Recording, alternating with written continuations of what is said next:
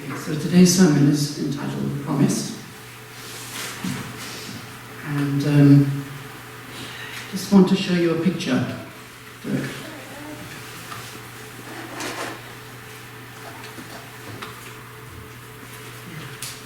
So, does anyone recognize that? Yes. So, let's just look at those faces. Okay. This is a long time ago. Actually, February 1961.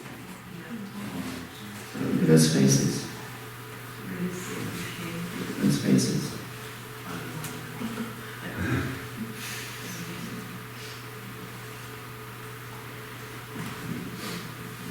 When I saw that, I felt something very deep when I was thinking about this and looking at this picture. Look at Mother. She's so young and serious. So the Father is more serious. I feel like there's a little bit more paternal feeling there. And the younger, the members, they're all quite serious and staring at the camera. And that's just part of the 36 couples blessing. Dirk, keep going. Again. And again. The 36 couples blessing is divided into 3 lots of 12. I don't know which group this was, but it was in February. So maybe just go back a couple, back to the big one.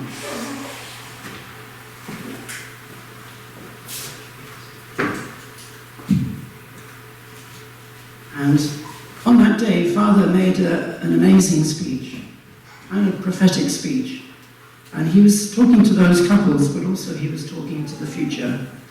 And he was asking them to really keep their faith no matter what happened.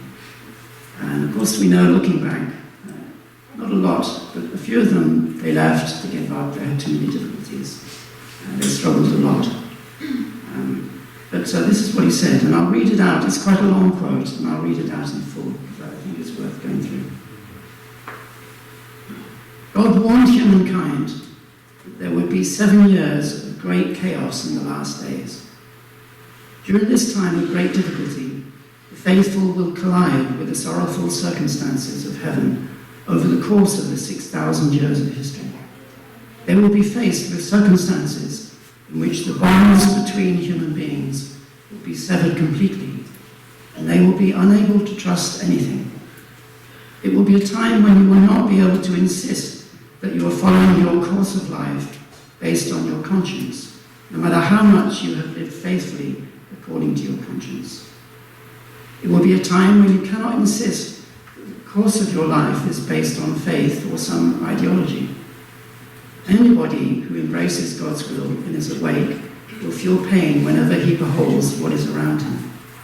When such a time comes, that will be within the 7 years of great chaos in the last days.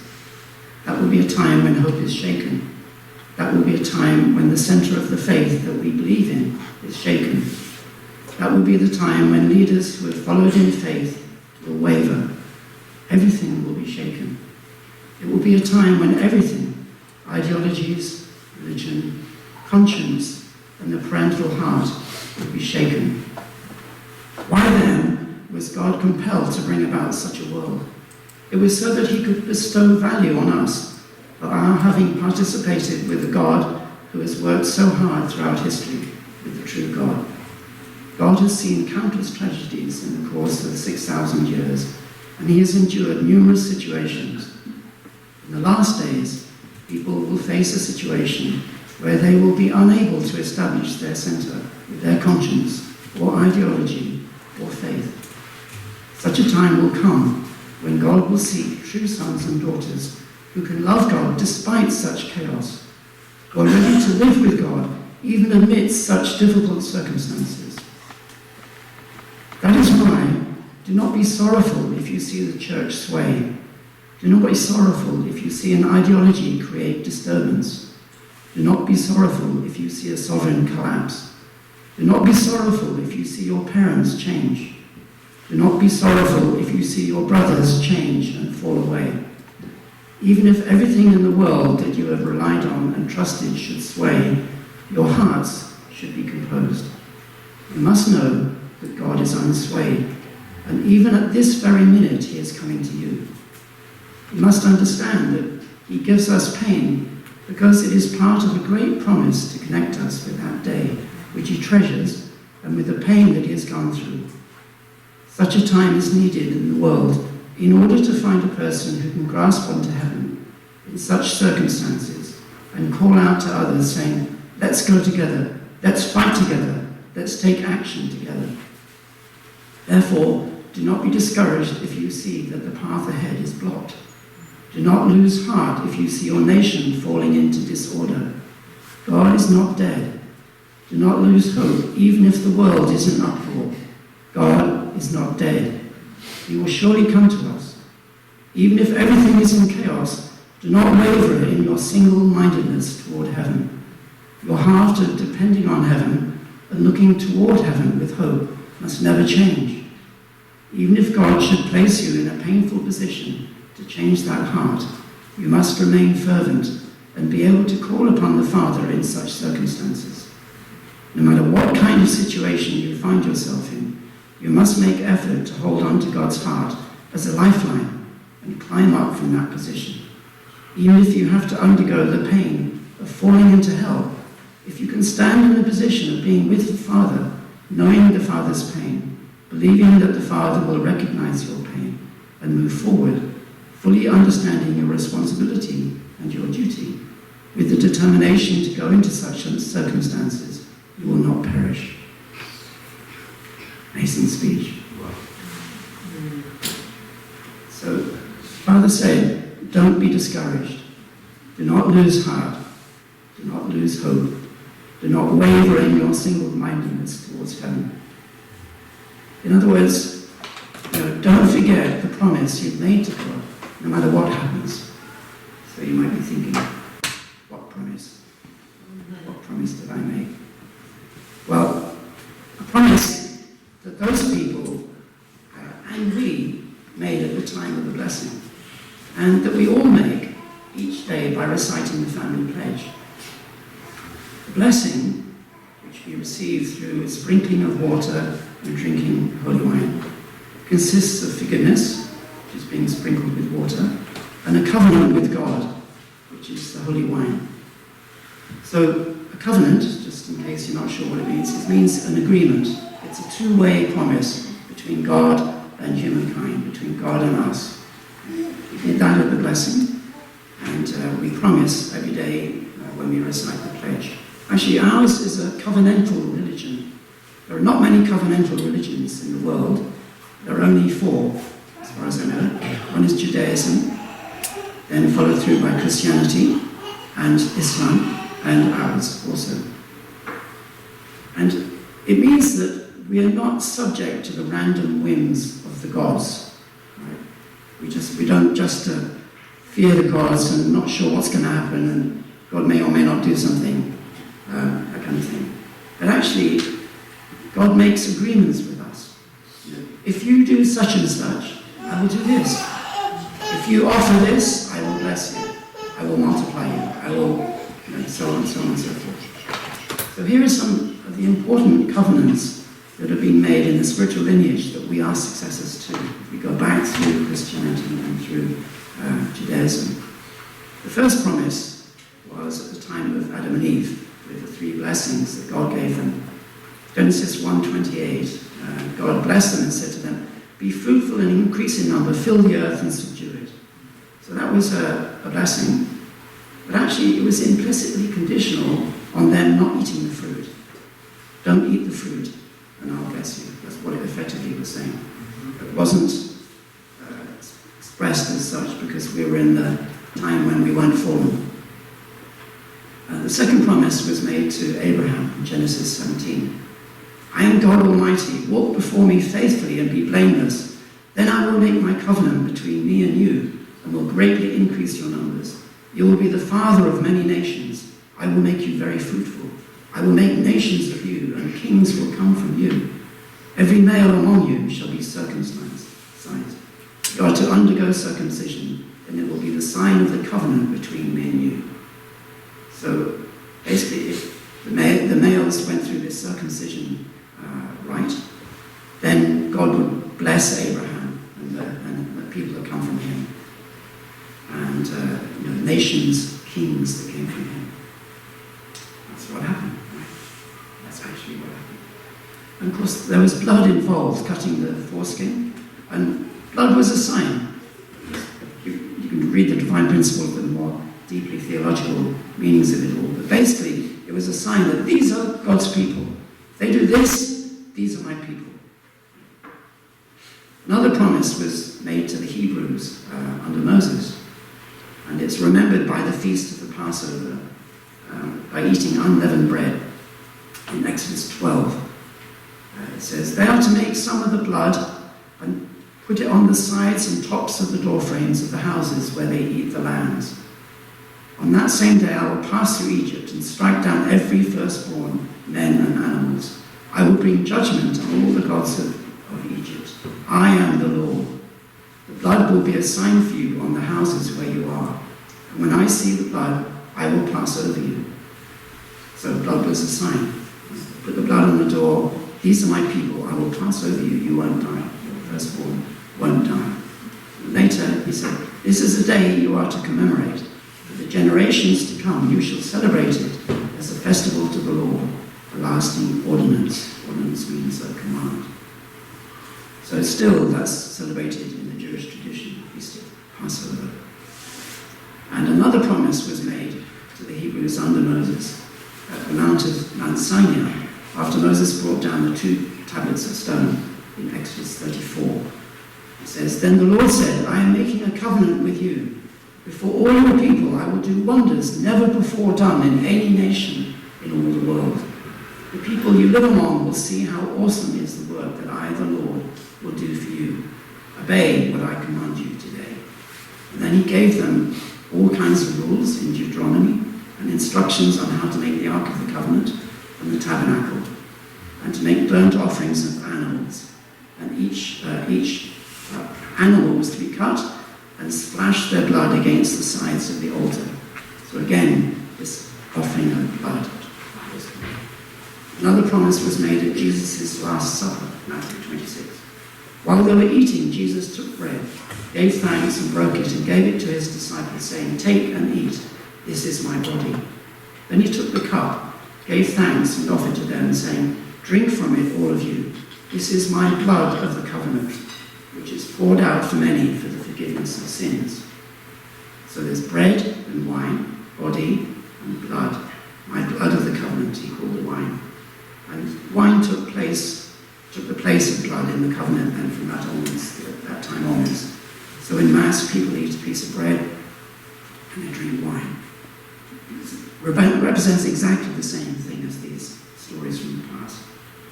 So it's God's promise. If you do this simple thing, you're my people. You're my people.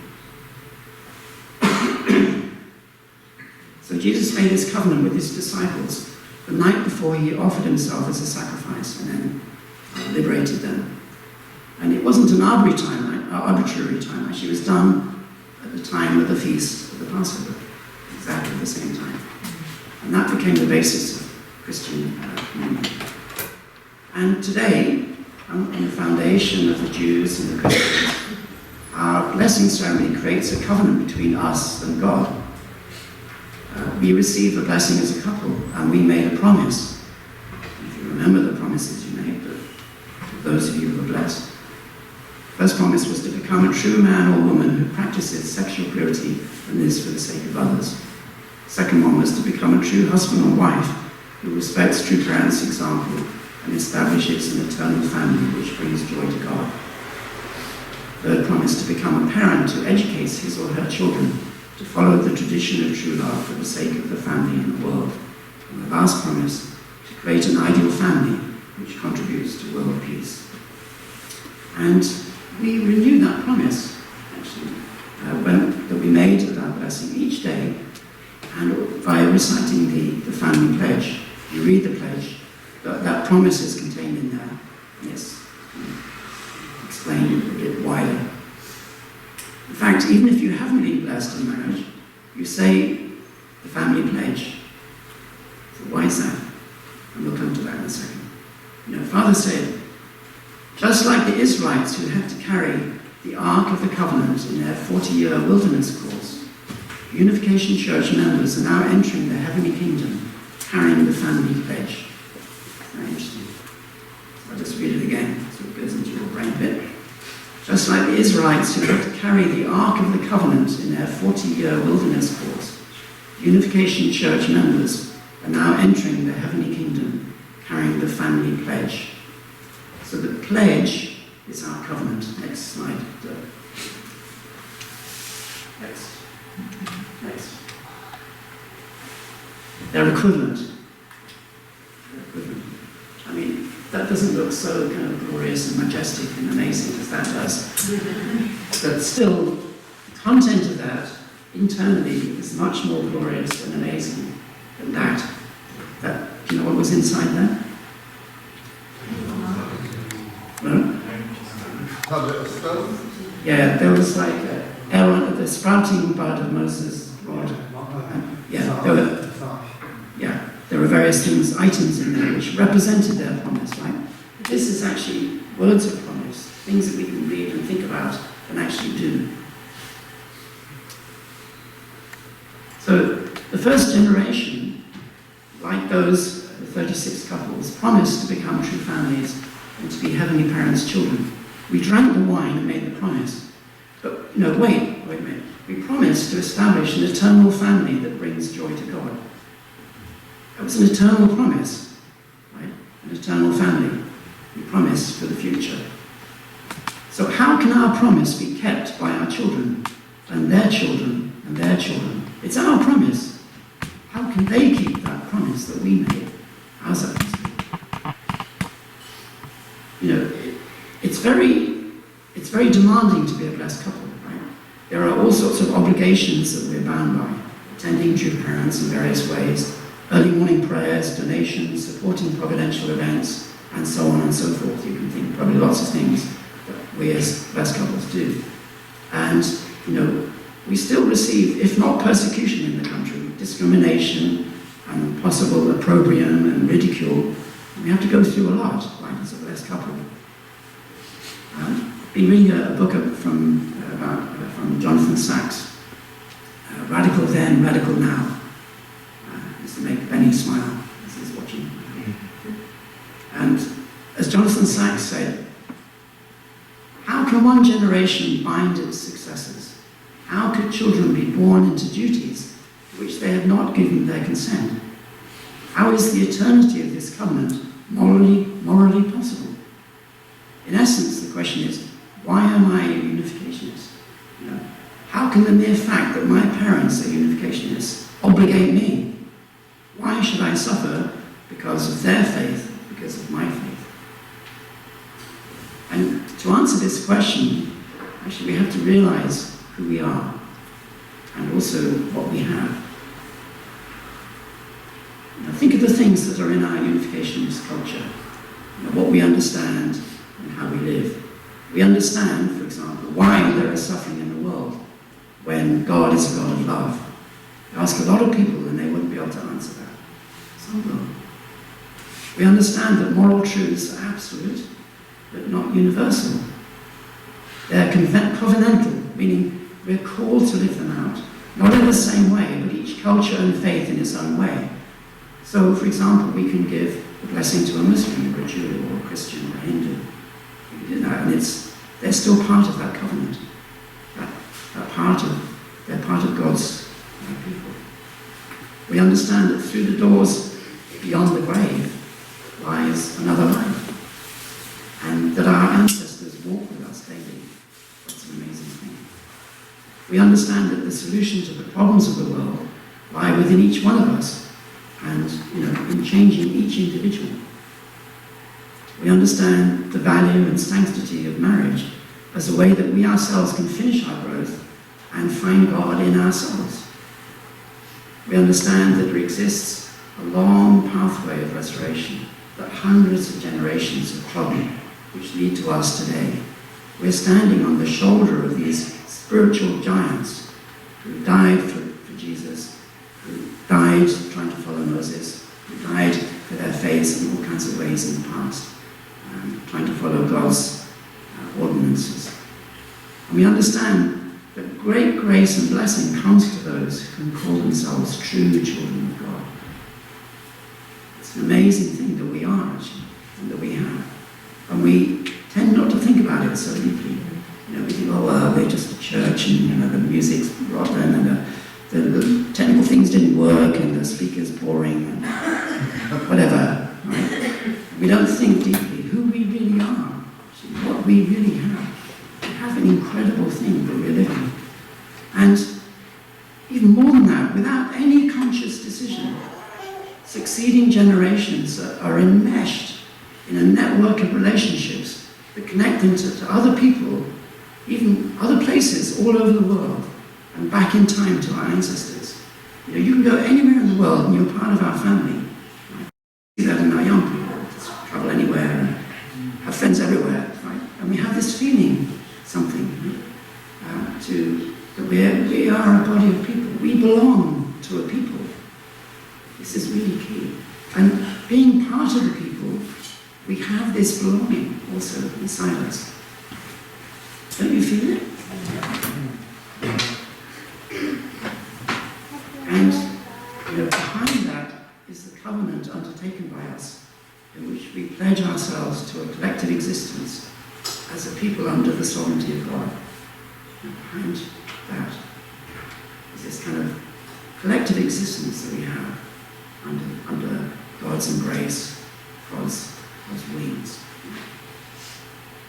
So despite all the discrimination and difficulties that we've gone through, unificationists have grown and spread around the world in a mere 60 years. And we are part of this unfolding story. We're part of it. It started with Abraham and went through countless generations of people fighting and struggling to stay close to God. Through Jesus' sacrifice and life, through Christian martyrs, Christian saints and sages, people who lived their life and spread God's word and God's people all over the world. So a third of the world's population is Christian. Many Muslims, many Jews. We're all part of the same people. And it started with Abraham and it's continuing on through us and onto the future as well, into the future. And each of us has significance insofar as that we're part of that story. An extraordinary and exemplary story of a people dedicated to certain ideas and a certain way of life, and a certain culture, a certain tradition, a certain standard, a certain love. You younger people here, it's good to find out what your parents did when they were younger and why they did it. And you'll find that they entered into a covenant with God that would take them on a journey with unknown obstacles and challenges, and whose destination lay too far ahead for them to see clearly. And they all have an amazing story. It might be a very humble story in a certain way, but the actual faith encompassed in that, and the faith expressed in that, is amazing. So, just in conclusion then, to be a unificationist is to keep promise. To keep promise. And to hear the call of those who came before us and know that we are the guardians of their story. Okay, so let's just...